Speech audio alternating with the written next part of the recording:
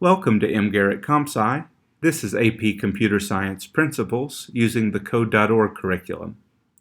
And now we're on Unit 3, Intro to App Design.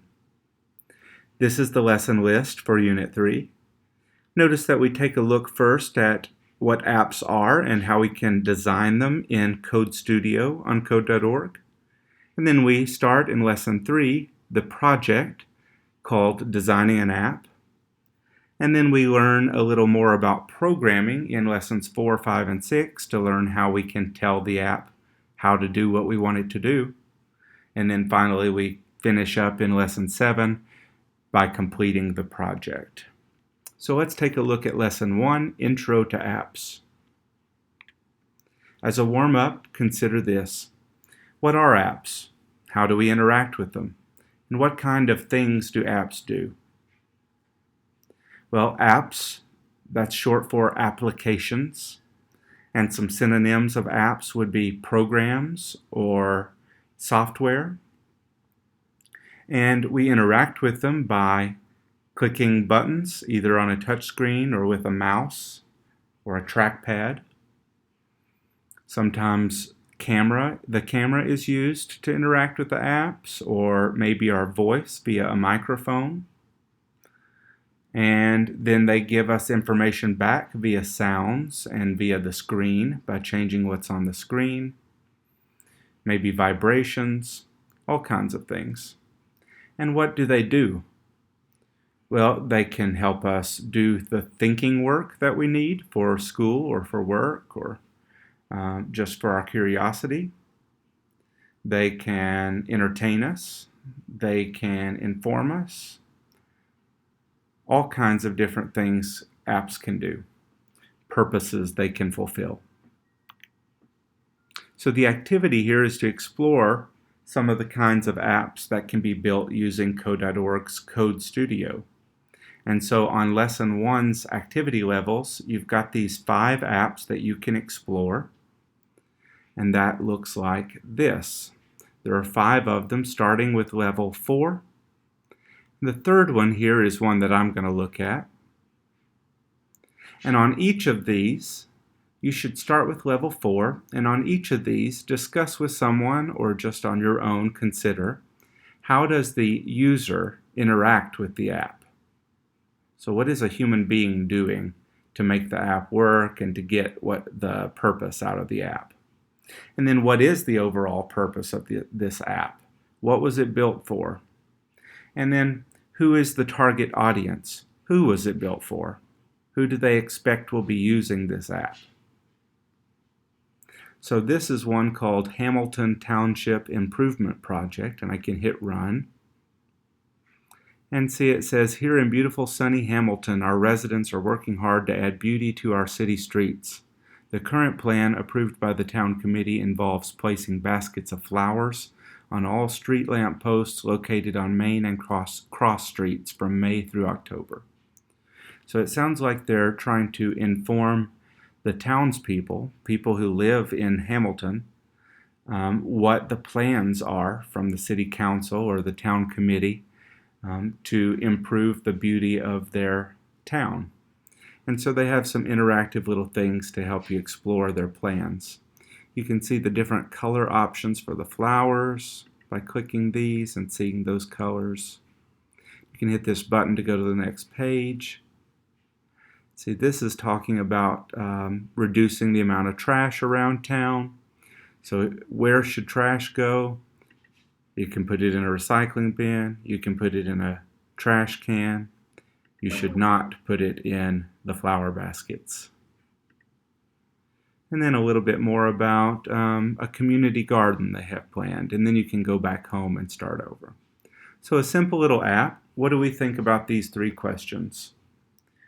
Well, the user interacts with the app by clicking on various things. Next buttons that take you to the next page, and then some other little interactive visuals that help you explore what the plans are for the beautification of the town.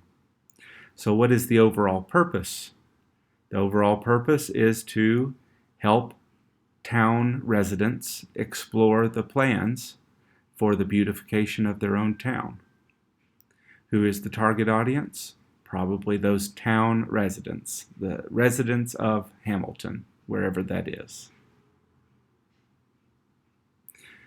These are the kinds of questions that you might be asked on the AP exam project later in the year. We will, of course, come back to that and talk about preparing for that project toward the end of this series, but of course, we're going to sprinkle some little preparation throughout. And part of that is to be able to talk about the purpose and the target audience and the inputs and outputs, the user interactions of an app. So you're going to go through all of those apps and consider the answer to each of those questions for each of the 5 apps. Depending on teacher instructions, you might actually have to write all of those down, but at least consider them all. Then there's this video. It's a nice video called How Computers Work, What Makes a Computer from code.org. And you can get to that on your lesson resources or the code.org YouTube channel. And one of the things that it goes over is computers always do these 4 things. They take input from the user, they store that input, they process that input, and then they output something about that processed input. And so these are really steps that are also carried out by applications. We input things into our apps by clicking on buttons and, maybe our voice, maybe a touchscreen, maybe by moving the device around, like if we're playing a game that uses the accelerometer sensor or something like that. All kinds of ways we can provide input to an app.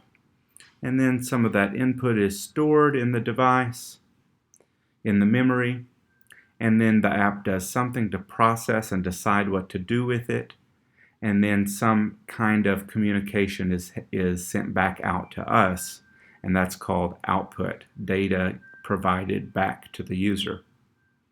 And that could be changing what's on the screen, it could be vibrating the device, it could be producing some kind of sound, all kinds of things like that. So take a moment and consider some of the ways that apps and devices that you use every day or that are popular to you and your friends, how do they use all 4 of these steps? And what are some of the ways that you provide input to the app? And how are some ways that the app provides output to you?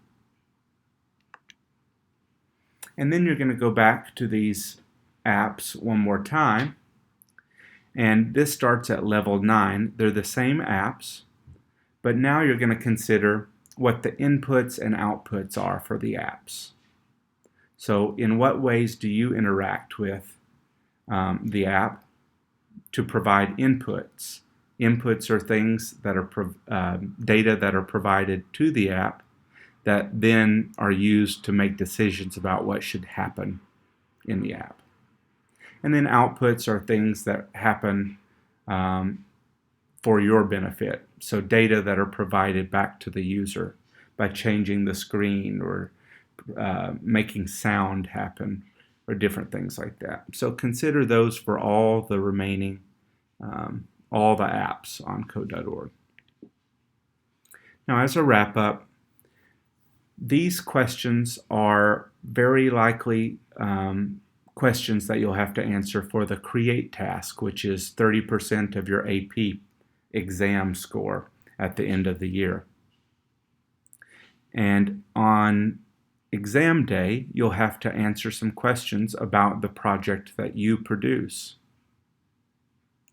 A likely set of questions are these.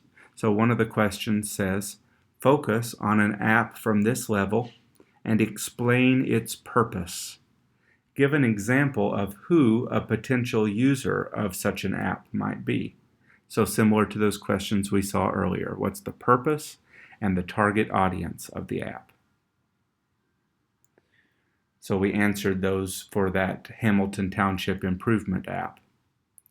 And then you need to practice on at least one of those apps writing a final response, a well-worded, a well-crafted response, one that would rise to the level of something that you would put on the AP exam.